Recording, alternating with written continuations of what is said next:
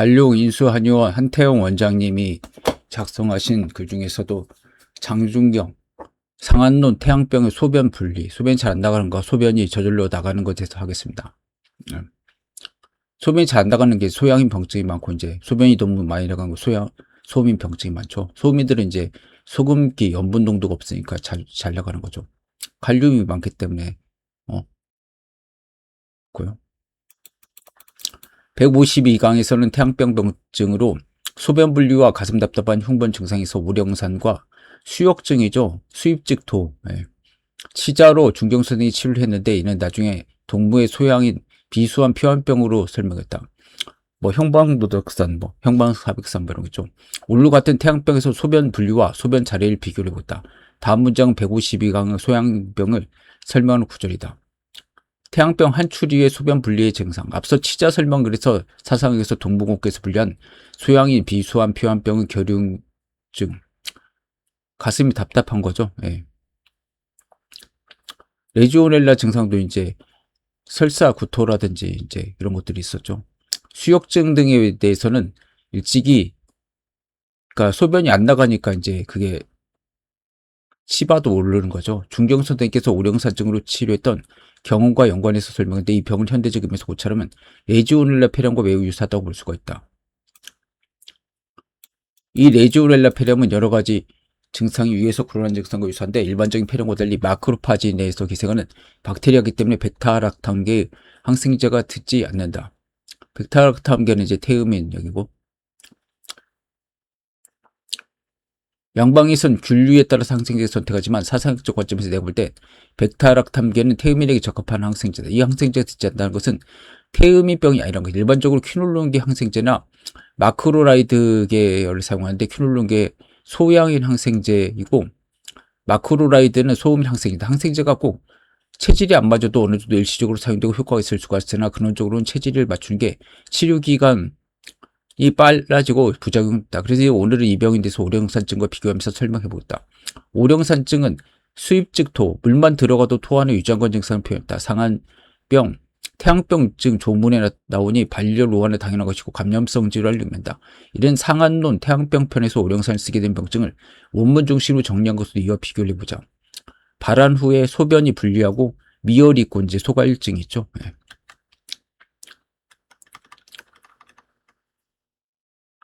태양병 발한 후 크게 땀이 난다. 그래서 이제 위가 건조해지고 번조로 이제 잠을 이제 이루지 못하는 거죠. 그래서 이제 물을 마시려고 해. 근데 조금 치면 이제 마시게 할 수 있어. 그래서 위기가 조화돼 가지고 이제 나을 수가 있습니다. 만약에 부맥이고 소변이 불리하고 미열에다가 소갈증이 있으면 오령산으로 주치한다.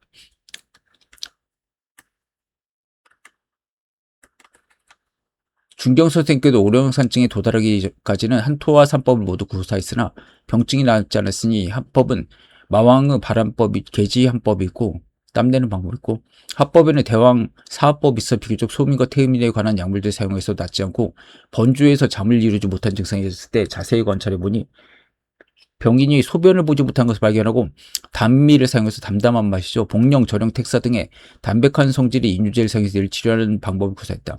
우린 여기서 중경수들에게 번조 부등변, 가슴이 답답해서 잠을 이루지 못한 증상 표현하면서도 소변 분리 증상이 없는 소민과 함께 비교해봤다. 번조 부등변으로 야간에는 안정하고 구토도 없고 갈증도 없다. 그래서 이런 표증이 없으니까 맥은 친미한 맥이고 몸에서는 고열이 없으니까 건강부자탕으로 이제 주치한다. 이번의 증상은 똑같이 가슴이 답답하고 잠을 못 이루지만 밤이 되면 안정이 되고 구역감이나 갈증을 느끼지 않고 표증이 없으면서도 맥이 뜨지도 않고 미약하면서 가라앉아 있다. 두 증상 차이는 하나 갈증과 소변 분리, 부맥이 나타나고 다른 하나는 갈증도 없고 소변에 대한 언급이 없으면 맥이 침비한 것이다. 이건 소음병이죠. 이 증상은 하지우 화법으로 설사시킨 뒤에 다시 발환시켜서 체내의 진액이 이미 탈수된 경우다. 소음병 자체가 탈수증이죠. 자연 이 같은 이유로 맥이 미하다는 것은 혈액량이 부족하다는 것이고 그게 소변 자리에 증상이 없기 때문에 갈증을 느끼지 않는다는 것인데 이 역시 합법으로 탈수라고 한법으로 탈수를 해서 핍력 상태가 된 것이라 이는 소변 자리 다음에 나타나는 증상이다. 소음인이 상안에 몸이 한쪽으로 열이 나더라도 한쪽으로 소변이 이렇게 되는 것은 배부는 에너지가 과다해서 등 쪽이죠. 예. 땀으로 열을 나지만, 그러니까 등이 뜨거운 사람이 소음인 태음이죠. 복부는 에너지가 줄어들어서 냉해지고 사상학적 논법으로 온음이 내려오지 못하면서 복부가 냉해진다. 예. 내려오는 기운이 음이죠. 예. 혈류를 이루는 수분이 설사와 땀으로 다 빠져나가서 고갈이 돼서 고전의 소음병에 해당되는 혈류 부족으로 인한 보상성 심번이 온 것이다. 소음병 기본이 알도스테론을 올리는 명분 상화를 올리는 부자와 건강을 써서 폐양, 양기를 이제 회복시키려는 것이다. 이때 사용 것이 건강 부자탕이다. 건강과 부자 한 배를 쓰고 한 장을 쓰고 맛은 맵고 뜨겁다. 생으로 써야 되고 원래 부자랑 이제 소민들은 법제를 안 하고 써도 되죠. 껍질을 벗기고 그다음에 8조각으로 이제 쪼갠다. 그리고 이제 맛은 맵고 뜨겁다. 위에 두 양미를 물 3대를 이제 달여가지고 한 대를 취해가지고 찌꺼기를 제거하고 갑자기 이제 복용한다. 한 번에. 황제의 경우에서는 한기가 넘쳐가지고 이기어가지고 그것들을 이제 어떤 걸로 한다. 맵고 뜨거운 것으로 이제 화평시켜야 된다. 화한증이 너무 심하면은 그래서 맵고 뜨거운 약재로서 그 한기를 이길 수가 있다.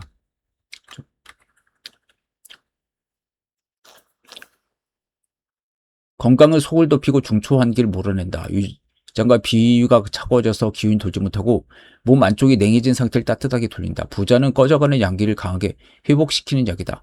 맥이 친미, 그러니까 가라앉고 약한 상태에서 심신의 양기가 쇠약해진 것을 일으킨 방향으로 적용다. 건강의 비토를 도와주는 비양을 증가시키는 것이다. 오늘날 말하면 위장의 소화 능력과 흡수 능력을 돕는 것이다. 부자는 신장을 증가시키는 약이다. 이는 오늘날 신장에서 물과 소디움, 소금기, 당을 재흡수시키는 능력, 알도스테론 능력을 증가시키는 약이다. 일전에 당을 다룰 때 소장에서 소디움 흡수에 관여하는 SGLT1과 소디움 글루코스 코 트랜스포터죠. 예. 그래서 신장에서 SGL2에 대해서 다룬 적이 있다. 우리 몸에서 음식이 장관으로 들어가서 흡수되지 않으면 설사를 통해서 빠져나간다. 그렇기 때문에 처음엔 비양이 소화 흡수를 시켜서 납입을 시킨다. 비양이 이제 소장에서 흡수를 시키는 거죠. 그래서 사상에서는 비준합 신주출로 비는 이제 납입하는 거, 들여보는 걸 주관하고 신은 이제 내보내는 걸 주관한다.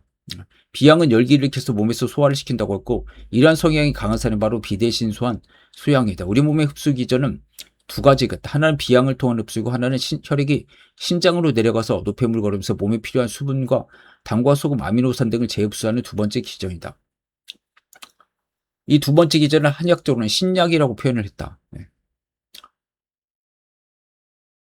사고체에서 이제 걸른 다음에 이제 재흡수되죠. 세뇨관에서. 첫 번째 비양이 NAK 에이퍼테이즈에 의한 흡수라면은 이건 이제 소양기죠. 예. 두 번째 신장은 알도스테론, 안티 다이우레틱 호르몬이죠. 예. 이건 항이뇨 호르몬. 그다음에 소디움과 수소이온의 시스템에선 재흡수 기자인데 이 자세한 것은 뒷부분에 부로 달아놓을 테니 자세히 보고 싶으면 잘 살펴보고 한의사 되면 특히 세세히 익히기를 바란다. 이분은 참 내용이 어렵습니다. 비양과 신장을 만드는 건강과 부조에 관한 원리를 설명했다. 이들은 모두 매운맛을 지니고 있다. 매운맛이란 건 양의 속성, 땀을 일으키게 하고 몸을 후끈 달아오르게 한다고. 여름이 더워지면서 인체 내에서는 식물에서는 물을 빨아들이는 원리는 팽창하는 양의 성질 에너지가 확정 공간을 만들어주기 때문에이다. 그래서 여기가 확정되기 때문에 이제 밑으로 내려오죠. 예, 기운 자체가. 매운맛이 들어가면 이런 확장을 통해서 늘어나는 공간을 메우기 위해서 물이 더 들어간다. 이건 이제 음의 상태죠. 예, 소음과 태음의 상태. 수축하니까. 이런 물 흡수가 바로 비양이다. 구체적으로는 소디움, 포타시움, 에이퍼테이지에서 나트륨 면분과 물의 재흡수가 이것이 비준합이다. 이런 1차적 흡수에도 혈류가 인체를 순환하면서 재흡수를 하는 역할이 신약이다. 그래서 비양을 돕는 것이 건강이고 신양을 돕는 것이 부자인 것이다. 부자는 알도스테론을 올리고 안티다이유레틱 호르몬인 바소프레신, 항이인용 호르몬이죠,를 높인다. 이 밖에도 나트륨과 헬륨, 수소이온의 교환에도 관여한다. 이는 모두 인체가 소양화, 태양화하면서 일어난 일이다.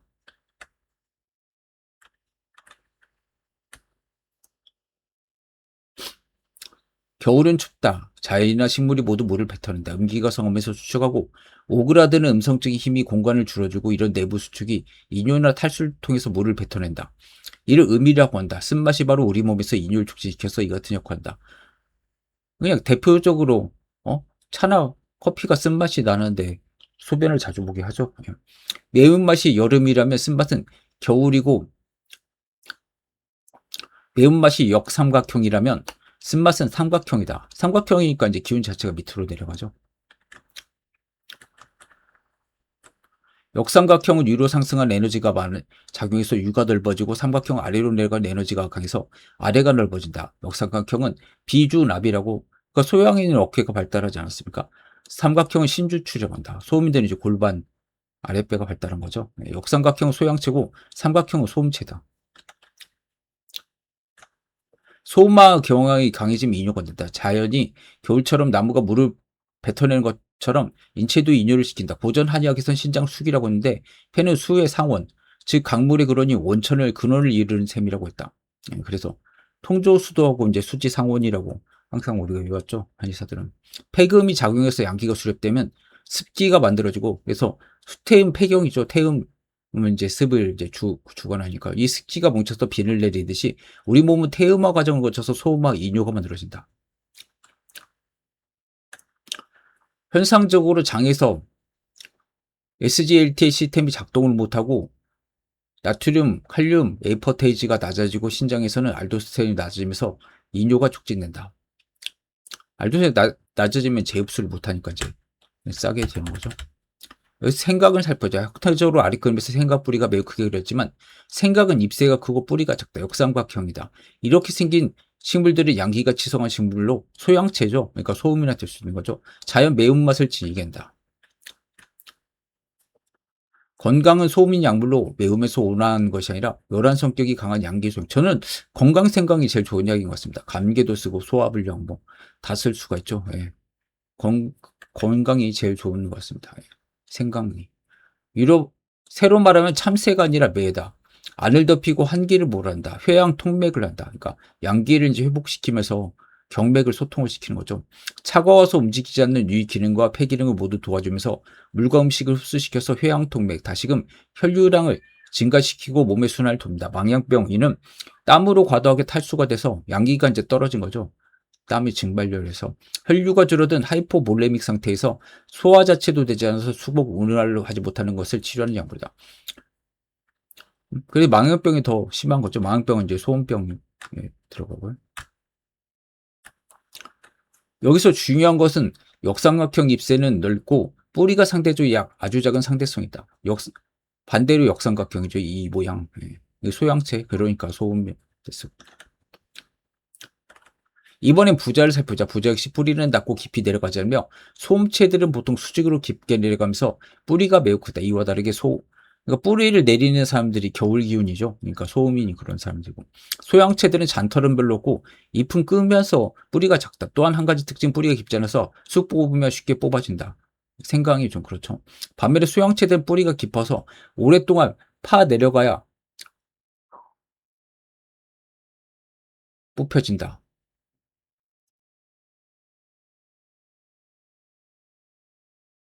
소음체겠죠? 네, 잘못 쓴 것 같은데.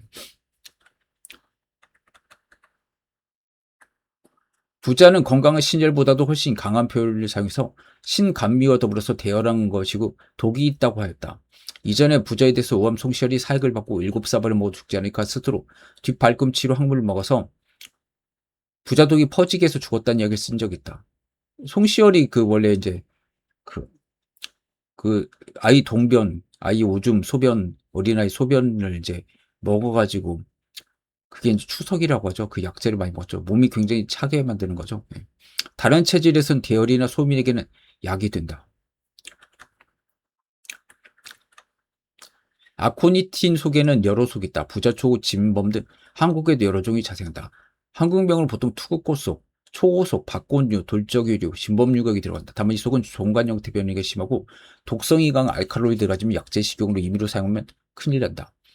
아코니틴 L은 미나리 아제비과에 속하는 여러 해살이 풀로 세계적으로 북반구 온대 한대 지역에 널리 분포하면서 꽃이 투꽃처럼 생겨서 각시 투꽃의 비밀이 있더라고요. 보니까. 김명민 주인을 한지민 주인했던. 근데 그게 웃기는 게 이제 정조가 밀명을 내리죠. 탈세한 애들을 잡아내라. 그래가지고 보니까 이제 중인들이 천주교 신자들이 이제 탈세를 하고 있었습니다. 근데 이제 그 걔네들 괴롭히는 게 노론이죠. 근데 웃긴 게 중인 그 뭐야 남인 계통 애들은 천주교인들인데 부자였죠 굉장히. 청나라랑 통역관하고 이제 외교관을 하기 때문에 통역사를 하니까 돈을 많이 벌지 않았어요. 인삼 무역을 할 수가 있으니까 법적으로 합법적으로. 원래 조선은 무역이 금지됐는데. 예. 장희빈 친척 오빠도 굉장히 부자. 장씨 자체는 조선시대는 중인이었죠. 천민이라. 예. 근데 궁중에 들어간 그 백도 그 사람들 이제 돈의 힘으로 들어간 거 아닙니까? 그래서 나중에 이제 숙종이 희빈장씨 폐위하고 다시 인연하고 올린 것도 이제 그런 것들이죠. 꽃이 투구처럼 영어서는 몽크슈드, 아코나이트라고 부른다. 월드플로라 온라인에서는 아코니티는 여러 해살이 초본으로 덩이뿌리 또는 길게 뻗은 다발성 뿌리를 가지면서 잎과 줄기는 뿌리 쪽에 달린다. 한국의 국가 표준 식물 목록 자생식물물에 아코니티 내 투구꽃속이 미나리아제베 아래에 정리됐으며 여러 자생종과 이명들이 수록됐다. 너무 길어서 넘어가겠습니다. 백부자, 색불투구꽃, 한라투구꽃. 종합해 볼 때 원양을 돕는 부자, 비양을 돕는 것은 모두 매운맛으로 소음인의 소음병이 기본적인 처방으로 중경 선택해 장안했다. 이를 기본으로 해서 많은 소음인의 소음병과 고름병 지법이 여기서 나온다. 중요한 것은 한의학의 음양론의 형태와 에너지를 같이 공유했다. 즉 하나의 형태가 만들어진 이면은 기 에너지가 있고 이런 음양 형태로는 사상의 기초 분류가 된 것이다. 그래서 오늘 다뤘던 양성적인 소양체의 모양과 아래 솜체 숙지황이나 독활 같은 것의 모양이 대비를 곰곰이 연구해보면 많은 식물을 분류해낼 수가 있다.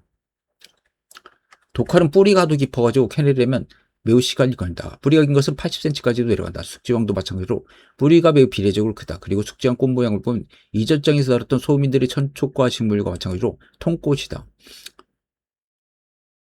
디지탈리스 꽃은 길쭉한 통꽃, 튜블라 플라워고, 그러니까 튜브 모양으로 되는 거죠. 길쭉하게. 예. 아래로 매달린 작은 종이나 골무처럼 생겼다. 약간 콘돔 모양. 이 꽃 하나하나가 마치 그러니까 질이랑 약간 비슷하지 않습니까? 버자이나나 손가락에 끼우는 장갑 또는 골무처럼 본다. 그래서 영어권에서 오래전부터 글로브 장갑과 연결해서 불렀다. 이런 통꽃은 소음체로 내가 분류한 소양 에너지인 나트륨, 칼륨, 에이퍼테지를 저해하는 대표적인 식물인 디기탈리스다. 부자가 양독이라면 디기탈리스는 음독이다. 몸의 염분 흡수를 제어해서 디하이드레이션 시키는 약물인데 탈수시키는 거. 심실의 수축력을 강화해서 신장으로 혈류를 증가시킨다. 이런 디기탈리스는 여우의 장갑이라고 해서 꽃 모양을 묘사했는데 이 통꽃의 모양을 묘사한 것이다.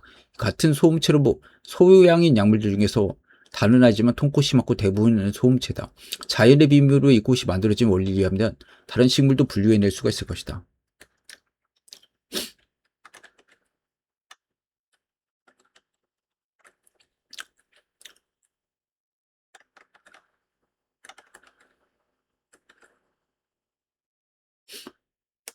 소디움, 포타시움 에퍼테이지와 SGLT. 이거 좀 복잡합니다. 위에서 말한 비양은 소화흡수 작용으로 동물개성은 비준합이라고 했다. 구체적으로는 소디움, 그냥 NAK 에이퍼테이지라고 할게요. 그냥 역할과 SGLT를 이해할 수 있다. 세포막에서 작동한 중요한 수동제인 NA 칼륨, K 에이퍼테이지와 포도당을 흡수하는 SGLT1과 2가 있다. 이 세 가지 따로 떨어지는 것이라 나트륨 기울기와 포도당 흡수는 하나의 생리체계 안에서 작동한다. 핵심 개념. NAK 에이퍼테이지는 먼저 세포 안에 나트륨을 낮게 만들어 온다. 그러면 세포 밖의 나트륨이 세포 안으로 들어오려는 힘이 생긴다. 세포 밖의 나트륨이 이제 장관이겠죠. 예. SGL1과 2는 바로 이 힘을 이용해서 포도당을 세포 안으로 끌고 들어간다. 장벽의 세포는 NAK 에이포테이지에서 세포 내의 NA를 바깥쪽 장 쪽이 아닌 혈액 쪽으로 내보낸다. 이때는 에너지가 필요하다. 세포 내의 고농도 NA를 혈액으로 내보내려면 역방향의 움직임이 에너지를 소모한다. 그래서 이제 나트륨을 내보내면은 그 장관 밖에서 이제 나트륨이 들어오게 되죠. 예. NAK 에이포테이지는 세포막에는 펌프다. ATP 에너지를 사용해서 나트륨 3개를 세포 밖으로 내보내고 칼륨 2개를 세포 안으로 들여보낸다. 그 결과 세포 안에 나트륨이 적고 세포 밖에는 나트륨이 많은 상태가 된다. SGLT1과 2가 직접 ATP를 쓰는 것이다. 하지만 이들이 작동하려면 먼저 NAK 에이포테이지가 ATP를 사용해서 나트륨 농도차를 만들어낸다. 그래서 NAK 에이포테이지는 1차 능동수송, SGLT1과 2는 2차 능동수송이라고 한다. 장상피세포나 신장세뇨관 세포를 보면 세포막은 두 방향으로 온다. 음식물과 소변 원액이 접촉하는 걸 내강 쪽, 에피칼 멤브레인이라고 한다. 멤브레인이 막이죠.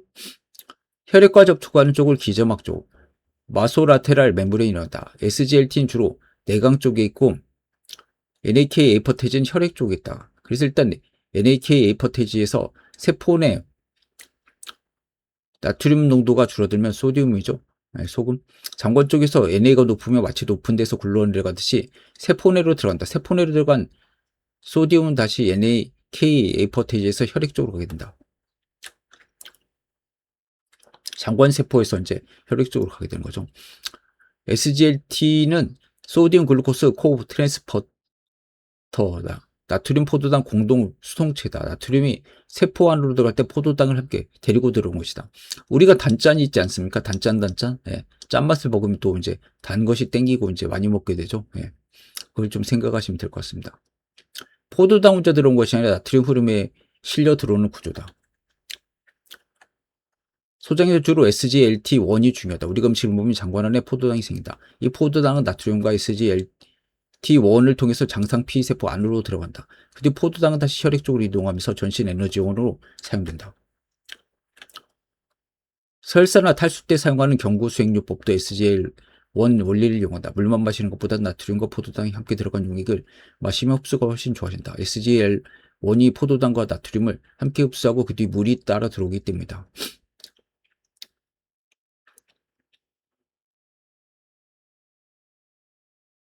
그렇죠. 이제 우리가 짠 걸 먹으면 또 물이 땡기지 않습니까? 예.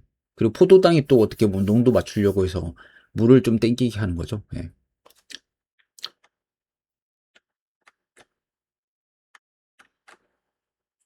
그리고 그건 이제 어떻게 보면 삼투압을 맞추려고 물이 들어오는 거죠.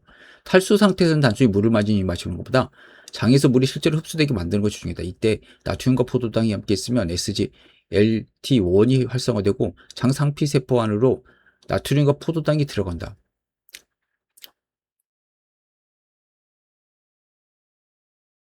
그러면 삼투압에서 물도 같이 흡수된다. 신장에서는 혈액이 사고체 요과되면서 포도당도 일단 소변 원액으로 빠져나간다. 하지만 정상 상태는 이 포도당이 거의 대부분 다시 재흡수된다. 이 재흡수의 핵심이 SGLT2와 SGLT1이다. SGLT2는 주로 신장 근위세뇨관 앞부분에 있다. 여기서 예과된 포도당은 대부분을 다시 흡수한다. 쉽게 말하면 SGLT2는 대량 흡수 장치다. 많은 양의 포도당이 빠르게 다시 혈액적으로 돌려보내는 역할을 한다. 신장에서는 SGLT1이 작동한다. SGLT1은 근유세뇨관의 더 뒤쪽에서 SGLT2가 미처 회수하지 못한 남은 포도당을 다시 흡수한다. 즉 SGLT2가 큰 양을 먼저 차리고 SGLT1은 남은 포도당을 정밀하게 마무리해서 회수하는 역할을 한다. SGLT2는 포도당 친화도는 낮지만 운반 용량이 크다. 신장에서 많은 양의 포도당을 처리하는 데 적합하다. 반대로 SGLT1은 운반 용량이 적지만 포도당 친화도가 높다. 그래서 적은 양의 포도당도 끝까지 붙잡아 흡수하는 데 유리하다. SGLT2는 보통 나트륨 1개, 포도당 1개를 함께 운반하고 SGLT1은 나트륨 2개와 포도당 1개를 함께 운반한다. 따라서 SGLT1은 나트륨 기울기를 더 강하게 이용하므로 낮은 포도당 농도의 흡수력이 강하다. SGLT1이나 SGLT2를 통해서 포도당이 세포 안으로 들어갔다고 해서 끝나는 것이다. 세포 안으로 들어간 포도당 다시 혈액 쪽으로 다닌다. 이때 주로 작동하는 것이 GLUT2다. SGLT는 안으로 들어오고 GLUT2는 혈액 쪽으로 내보내는 역할을 한다.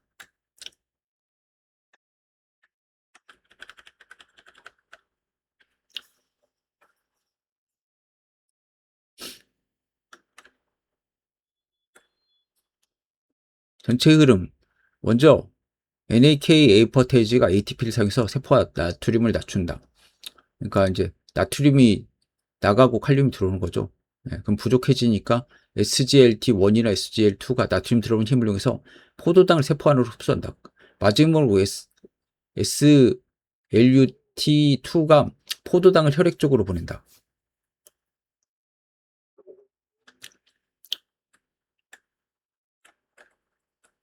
당뇨병 치료 중에서 SGLT2 억제제가 있다. 이 약은 신장 근육세뇨관에서 SGLT2를 막는다. 그럼 재흡수되지 못하죠. 소변으로 빠져나가는 문제, 물도 이제 같이 빠져나가는 거죠. 포도당이 재흡수되지 못하고 소변으로 빠진다. 그 결국 혈당이 낮아지고 당뇨처럼 만들어지는 거죠. 소변이 달달해지죠. 동시에 나트륨과 물의 배출도 일부 증가한다. SGLT2 억제제를 사용하면 소변이 포도당으로 빠져나가면서 삼투성 이뇨가 생길 수 있다. 또한 나트륨 재흡수도 일부 줄어들어서 소변량이 증가할 수 있다. 그러면 혈당 조절뿐만 아니라 혈압, 신부전, 신장 보호 효과도 연결된다. 하지만 탈수경이 있는 사람에게는 주의가 필요하다. 그러니까 소양인들의 이뇨를 시켜가지고 병을 치료하는데 소양인한테는 좋은 약이죠. 근데 소음이나 태음인한테는 안 좋죠. 탈수, 가뜩이나 탈수가 돼 있는데 이 사람들 겨울낭노들한테 물을 빼내면 안 되죠.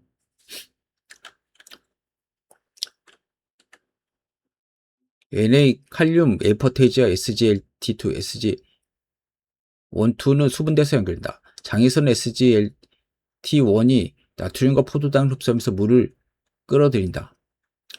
신장에서는 SGLT2가 포도당과 나트륨을 다시 몸 안으로 보존한다. 재흡수하는 거죠. 이 체계는 혈당뿐만 아니라 체액량, 나트륨 균형, 소변량에도 영향을 준다.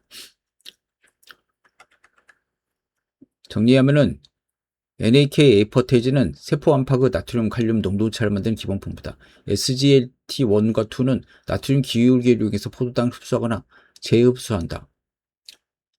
따라서 NAK 에이퍼테이지가 원동력이고 SGLT1과 2는 그 힘을 이용하는 포도당 운반체라고 이해하면 된다.